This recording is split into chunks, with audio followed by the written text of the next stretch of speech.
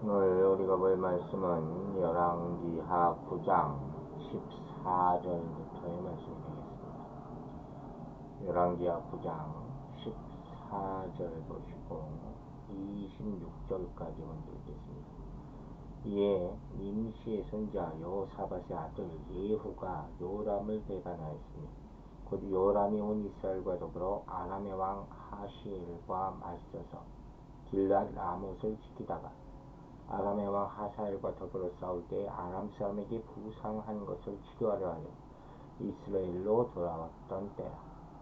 예후가 이르되 너희 뜻에 합당하거든 한 사람이라도 이 성에서 도망하여 이스라엘에 알리러 가지 못하게 하라 하니라. 예후가 병거를 타고 이스라엘로 가니 요람 왕이 거기에 누워 있었습니다. 유다의 왕 아하시야는 요람을 보러 내려왔더라. 이스라엘 망대에 파수꾼 하나가 서 있더니 예후의 무리가 오는 것을 보고 이르되 내가 한 무리를 보나이다 하니 요람이 이르되 한 사람을 말에 태워 보내어 맞이하여 평안하냐 묻게 하라 하는지라. 한 사람이 말을 타고 가서 만나 이르되 왕의 말씀이 평안하냐 하시더이다 하매 예후가 이르되 평안이 내게 상관이 있느냐 내 뒤로 물러라 하니라. 파수꾼이 전하여 이르되 사자가 그들에게 갔으나 돌아오지 아니하나이다 하는지라. 다시 한 사람을 말에 태워 보내었더니 그들에게 가서 이르되 왕의 말씀이 평안하냐 하시더이다 하매 예후가 이르되 평안이 내게 상관이 있느냐 내 뒤를 따르라 하더라.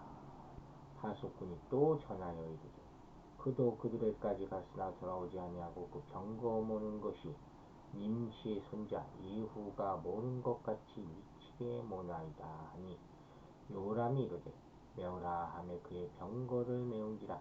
이스라엘 왕 요람과 유다 왕 아하시야가 각각 그의 병거를 타고 가서 예후를 맞을새 이스라엘 사람 나봇의 토지에서 만나며 요람이 예후를 보고 이르되 예후야 평안하냐 하니 대답하되 내 어머니 이세벨의 음행과 술수가 이렇게 많으니 어찌 평안이 있으랴 하더라.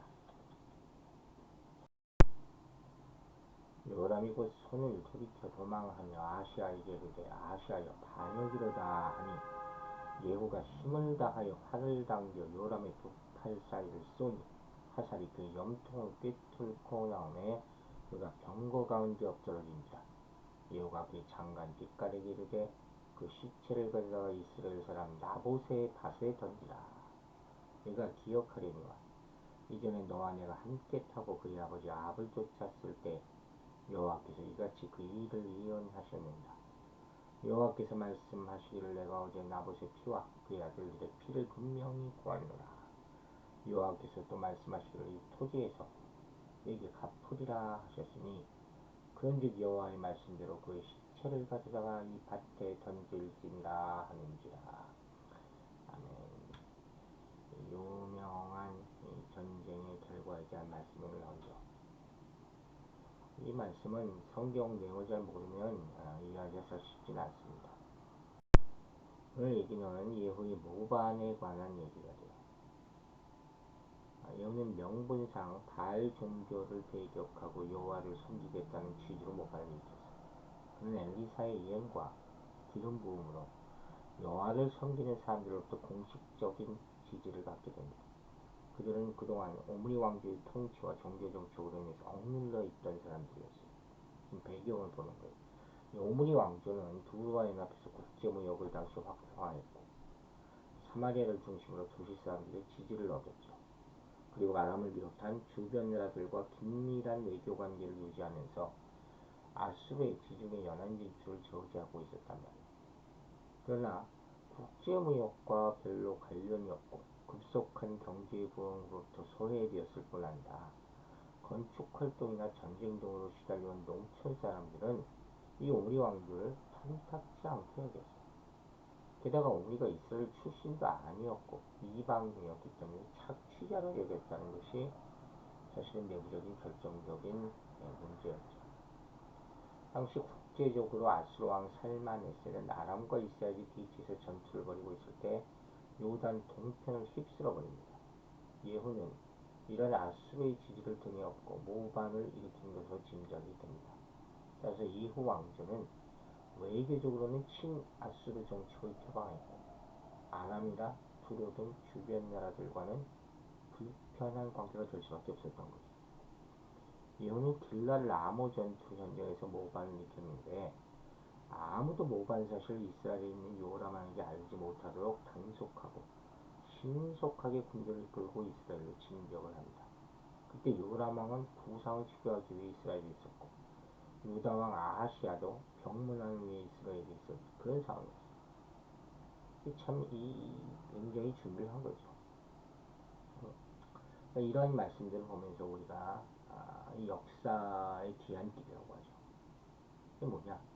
모두 우리의 악함과 죄 때문에 비롯된다는 거예요. 우리는 죄에 대해서 철저히 회개하고 하나님께 돌이켜야 된다. 하나님의 말씀을 따르지 않으면서 그저 아무 일도 없기만을 기다려서는 안 되는, 이게 많은 사람의 바람이에요. 따라가긴 싫고 문제는 없길 바라고. 하지만 하나님은 불의를 자리잡고 바로잡고 정의를 세우는 일을 철저히 하시는 분입니다. 이스라엘 왕들은 아합의 마지막이 어떻음을 알면서 전혀 교훈을 받지 못했어요. 그리고 하나님은 타락한 왕가를 철저히 벌하십니다. 교훈을 주게 하십니다. 요람은 하나님께로 돌이키지 않았고 위험에 처하게 되는 거예요. 중요한 교훈은 하나 있죠. 돌이킬 기회를 놓치면 걷잡을 수 없이 불행한 결과를 맞을 수밖에 없다는 거예요. 성경 속 하나님의 징계를 우리는 보고 깨달아서 불행을 만날 때 그것을 하나님께 돌이킬 기회로 삼아야 할 것입니다. 특별히 자신을 돌아보고 고치는 일은 빠를수록 좋다는 것을 명심하세요. 때가 늦을수록 더욱 힘들어지기 때문에 돌이킨다는 것이 어려운 거예요. 악인을 벌하시는 하나님의 역사는 일단 시작되면 무섭게 빠르게 진행됩니다. 성경을 보면 그런 결과를 많이 보잖아요. 악인이 망하는 순식간에. 그래서 우리 일상에서 당하는 불행도 적용할 수가 있는 거예요. 물론 모든 어려움이 하나님의 징계는 아니겠죠. 하지만 빨리 문제를 깨닫고 수정하지 않으면 때를 놓쳐서 더 큰 일을 당하는 모습을 자주 보게 되는 거예요. 여러분, 작은 경고를 무시할 때 큰 사고를 당할 수 있음을 잊지 마시기 바랍니다. 영적인 일을 할 때나 다른 일을 할 때나 잘못된 점이 발견되면 빨리 고쳐나가주는 것이야말로 타국을 피할 수 있는 유일한 방법이에요. 명심하시라는 것입니다. 17절부터 19절까지의 말씀을 다시 보겠습니다. 이스라엘 망대 타석꾼 하나가 서 있더니 예후의 무리가 오는 것을 보고 이르되 내가 한 무리를 권하이다 하니 요람이 이르되 한 사람을 말에 태워 보내어 맞이하여 평안하냐 묻게 하라 하는지라. 이러면서 평안에 대한 얘기가 계속 나와요. 또 예후가 이르되 평안이 내게 무슨 상관이 있느냐. 또 다시 한 사람을 말에 태워 보냈더니 왕의 말씀이 평안하시냐 하더이다 하며 예후가 이르되 평안이 내게 상관이 있느냐. 이런 식으로 이 평안이라는 것이 말씀의 주어가 되는 것입니다. 내 뒤로 물러나라 하는 말은 내 뒤를 따르라 하는 것이죠. 반란에 동참하라는 그런 뜻이겠죠. 이 예후의 모반 이야기에는 이렇게 평안이라는 단어가 반복해서 나타납니다. 샬롬이라고 하죠. 이 샬롬은 여러 가지 뜻이 있죠. 일상적인 인사말, 이스라엘의 인사말이 샬롬, 한국말로 안녕하십니까 하는 거예요. 동시에 일상의 안녕을 묘사하는 단어이기도 하죠. 즉 샬롬은 하늘나라에서나 볼 수 있는 지구의 평화로움을 의미하는 것이 아니라 안정적인 일상의 모습을 표현하는 단어로 된다는 거예요. 그러니까 우리는 어느 집에 가거나 평안을 빌어주라 하잖아요. 여기서 지금 요람 왕이 말하고 있는 평안은 뭡니까? 오므리 왕조의 체계가 유지되는 것을 의미하는 것이고, 예후가 생각하는 평안은 현 체제가 붕괴하고 새로운 사회가 만들어지는 것을 의미합니다. 동문서답하고 그리고 각자의 느끼는 평안이라는 게 다를 수밖에 없잖아요. 내가 문제가 없이 느끼는 상태가. 그렇기 때문에 지금 예우는 어머니 왕조가 지속되는 한 나에게는 평안이 없다. 그런 거죠. 네가 죽어야지 내가 편하다. 그런 거죠. 우린 여기서 중요한 교훈을 얻는 거예요. 즉 뭐냐? 하나님께 불순종한 나라에는 진정한 평안이 허락되지 않는다. 비록 아람 왕의 미혹은 치명적이지 않았지만 요람은 자신을 노리는 예후를 만나게 되잖아요. 우리는 그래서 바쁜 일상 가운데 여러 일에 대한 평안을 확인해도 가장 중요한 영혼의 안위에 대한 평안의 문제를 놓칠 때가 많아요. 이게 가장 중요한 거예요. 그러니까 항상 불안한 그런 얘기를 하는 거예요. 그런 거 자신이 말씀에 순종하며 살고 있는지를 물어봐야 돼요. 이게 평안에 관한 가장 정확한 질문이 됩니다. 현대는 어느 때보다도 건강과 안위를 많이 걱정하는 시대죠.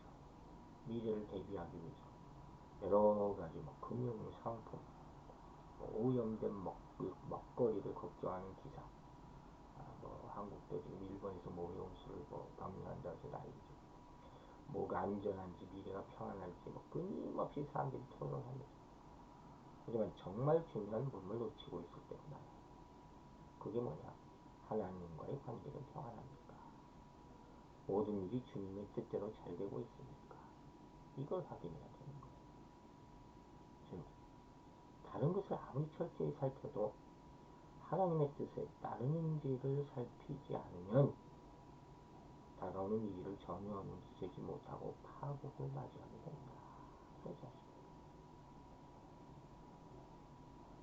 그래서 20절부터 이런 반역이 생기는 거죠.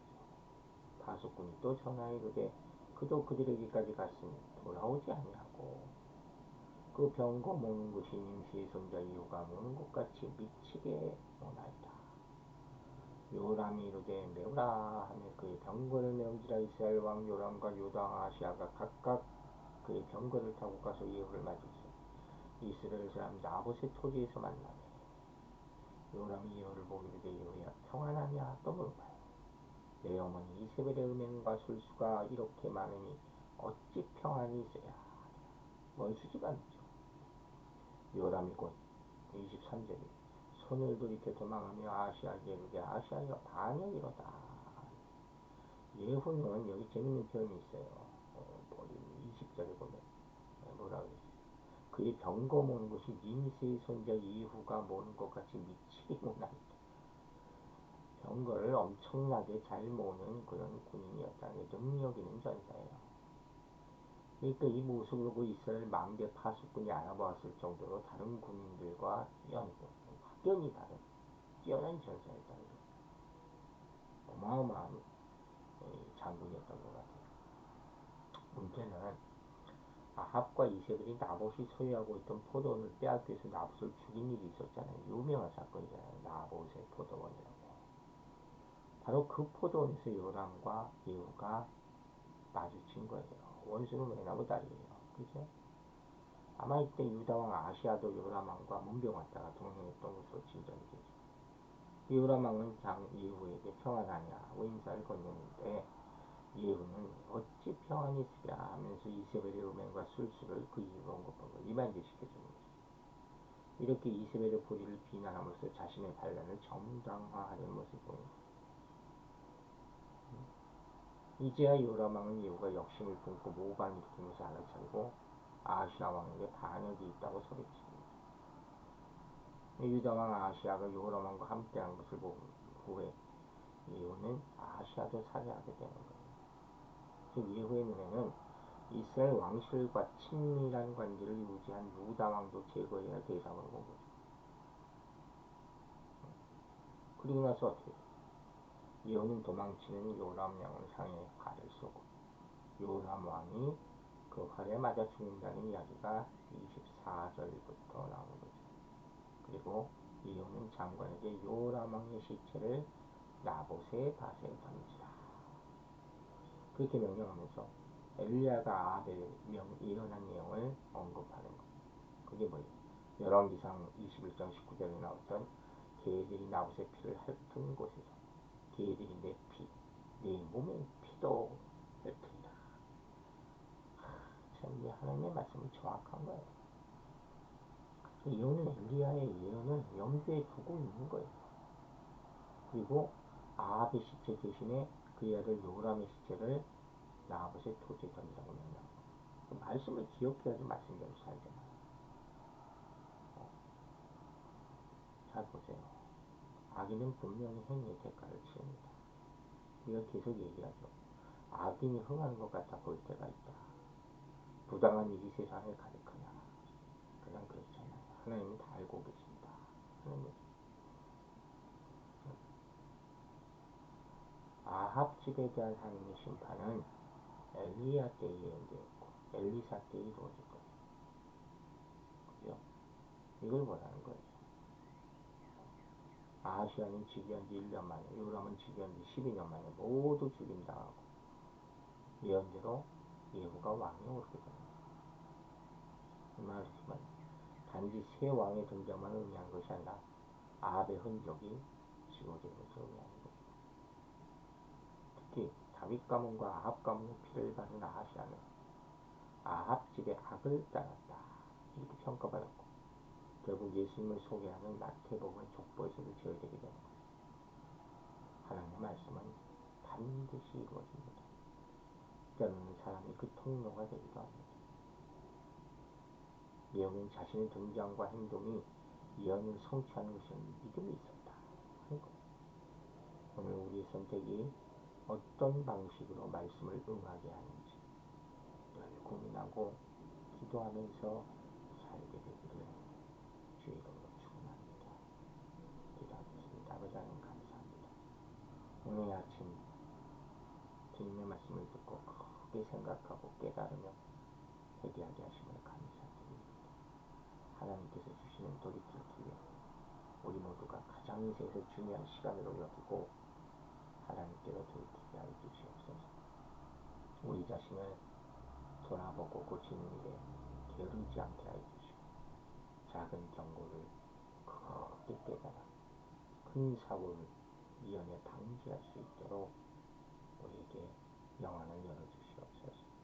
우리 마음에 평안이 있는지 돌아보게 하여 주시고 세상의 평안보다 하나님과의 관계가 평안한지 모든 일이 주님의 뜻대로 잘 되고 있는지 그것을 봄으로 말미암아 영원한 평안을 누리게 하여 주시옵소서. 하나님의 말씀은 반드시 이루어집니다. 오늘도 주신 말씀을 붙잡고 그 말씀대로 살아가는 하루가 되게 하여 주시옵소서. 우리 성도들의 삶이 오늘도 무더운 날씨 가운데 아침부터 무더운데 이 날씨 가운데 건강 지켜주시고 주님의 능력 손으로 붙잡아 주셔서 어떤 모습이든 주님이 사랑하시는 그 믿음을 가지고 하나님의 뜻대로 모든 것이 이루어지는 하루가 되게 축복하여 주시옵소서. 감사드리며 예수 그리스도의 이름으로